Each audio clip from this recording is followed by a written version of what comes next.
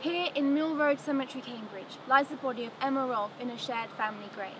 On the inscription, only one line refers to her death. She lived in poverty her whole life and died only 3 months before her 16th birthday. And yet, over 2,000 people came to her funeral. And why?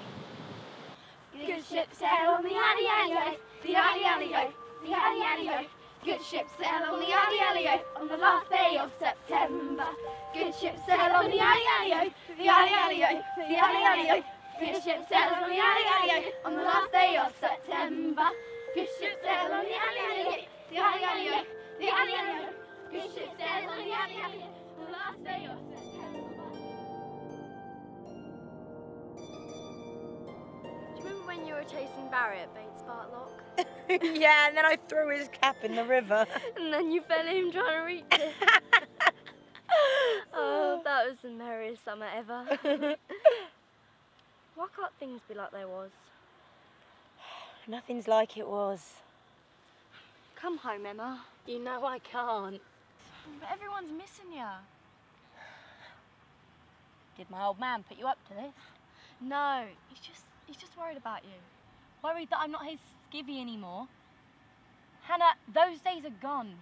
Do you think I want to spend the rest of my life hawking a car up and down Mill Road? Is that what you want to do? It's an honest living. Might be honest, but it's not living. Look, last night I made 3 shillings. That's more than my dad makes in a week. Besides, I gave some to my mother and there was plenty left over. Come to the garret with me tonight. You'll make a pretty penny, I warrant you. Oh, I don't like being out in the streets after dark. It's not right what you do. I've seen them men spewing them drinks down the alleyways and groping young girls. They scare me. Then why not be paid for it? They're not all like that. Some of my new friends are gentlemen, proper gentlemen from the university. Don't look so shocked. They're all the same. Can't resist us when they've had a drink or two. And there's plenty to go round. I haven't had this much money in my life. Come on, Hannah. Me and you can have fun. Just like it was. Emma was born here in New Street, just off East Road, an area known as Barnwell. Today it is the home of Cambridge Crown Court, with a modern shopping centre just across the road. However, in Victorian times, it was an area filled with slum tenements, a notorious area rife with crime and drunken behaviour. The 1871 census records show that 10-year-old Emma was a scholar at the time, daughter of a street seller. However, it is very doubtful if Emma ever went to school, as whilst there was a grammar school nearby for the poor, most children from poor backgrounds worked as soon as they were able to. Emma was no exception. Yeah. Who's that? Some little urchin, I expect.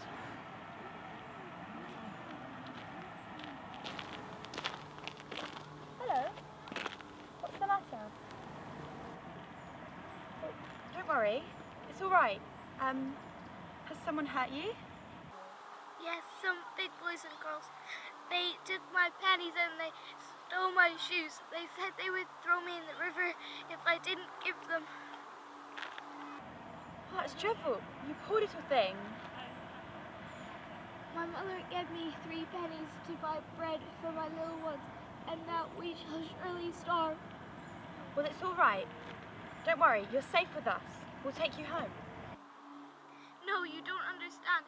If I come home with no bread and no shoes, my father will surely beat me. We haven't time for this.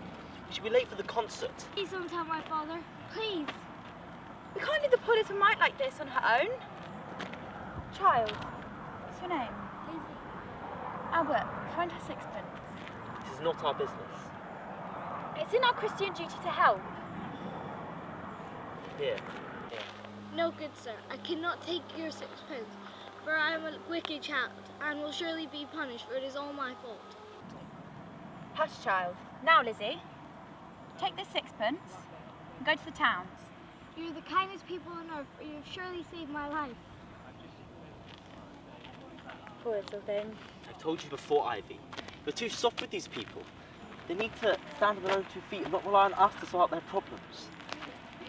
Emma left home in the summer of 1876 and and moved to Crispin Street, a well-known brothel, where she lodged with her friend Annie Pepper. At night, both the girls worked the streets of Cambridge looking for trade.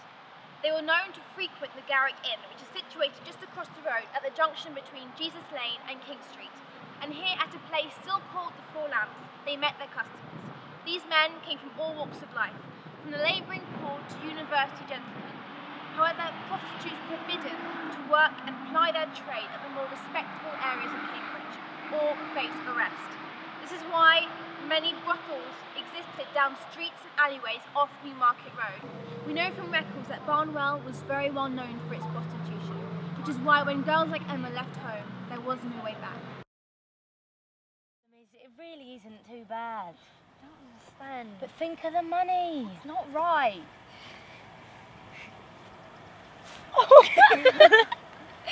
Look what I've got, a whole sixpence. There's my clever little sister. Where'd you get that from? Posh lady down by the river. Didn't steal it, not really. You ought to be careful. They got policemen down there.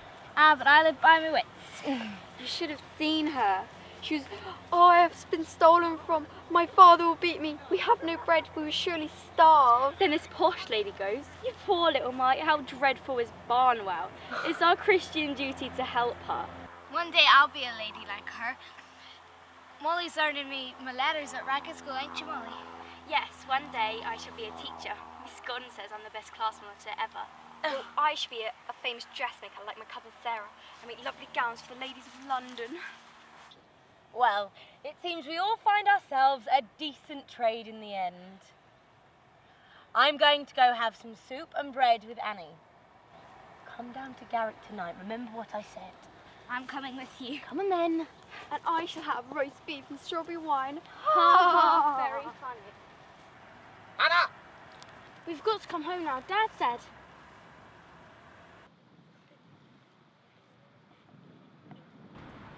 Hello, Robert. What are you up to? My embroidery, see? I've got business. Who was that? That's Robin Browning. Our cousin Sarah's doing the dressmaking for her mum. They say he's right strange. Why? What'd he do? Well, he's gloomy. He won't eat, just stares. Wonder why he's gloomy. It's all because of women, see? He nearly chucked himself to a river because of her. Yeah? And now Sarah sees him scratched his head all day saying, I think my head would seem like William. Who's William? William, his brother. He's been a count's sunstroke, they say. And then his uncle's locked up forever in the Oxford madhouse. I don't think I want to be living with anyone from that family. Robert Browning, a former soldier, has been dismissed from the army.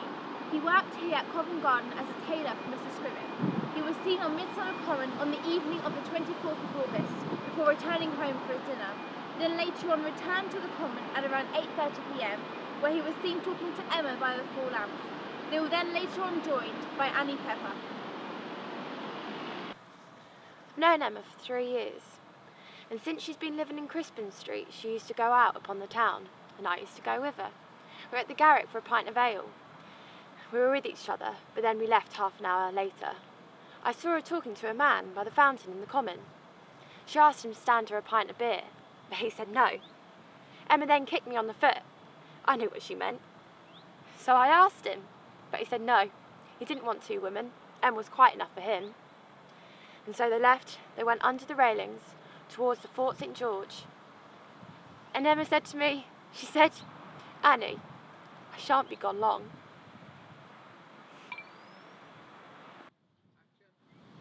I ain't standing you no pint. You stole my shilling. What? It was you, wasn't it? It was you that gave me the clap in Royston. Look, I don't know what you want about. You lying whore!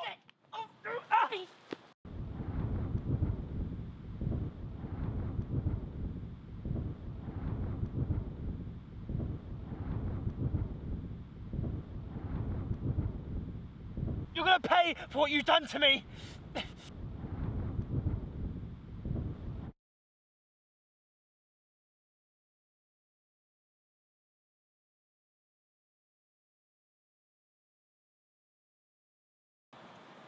Last thing she said to me, I shan't be gone long.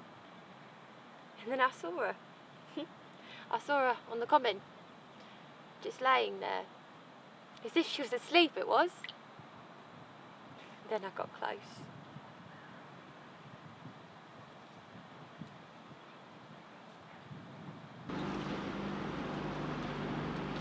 Immediately after the murder, Browning confessed to a policeman on Newmarket Road and showed him where Emma's body lay.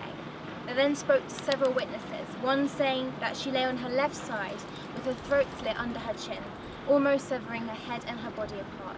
That night they were taken here to the Fort St George public house, a short distance from where the murder took place. The inquest was then held the next day, and her body was taken home and buried at Mill Road Cemetery, Cambridge. They have said to have been a crowd of 2,000 people who came to pay their respects, and the Reverend Edward Leake, a fellow of Trinity College, addressed the crowd and asked them to reject all sin.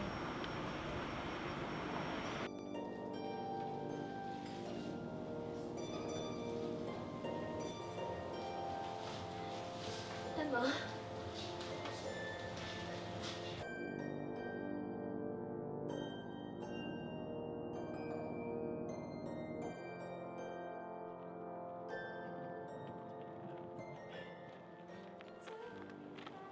Come to the Women's Refuge. You'll find peace and hope. And like the good Reverend says, we must turn away from the path of sin. I don't want one. And I heard what he said. Hypocrites, a lot of you. She's right. You should get your own houses in order before you start preaching at us. My good woman, for your information, Reverend Leake is... I'm not your good woman, unless you want pay. You disgust me. Ivy, we're leaving. It's my fault Emma died, isn't it? Because I take that man's shilling. That's why she died. No, sweetheart, you mustn't say that. It's not your fault she died. Then why did she die? I don't know. I don't know what my poor mother will say. Mother didn't even want me to go out, and I had a shilling in my pocket, so I went to the Common and I saw this girl, the girl from Royston, the one that gave me the disease. Yes, I'm sure it was her. Yeah, I think it was her. I'm sure it was her. I was treating her to some ale. She stole a shilling, so I cut her throat. I killed her. With a razor. I'm so sorry. I don't even know what possessed me. I don't know what came over me. I didn't even give the poor thing a chance to repent or reflect.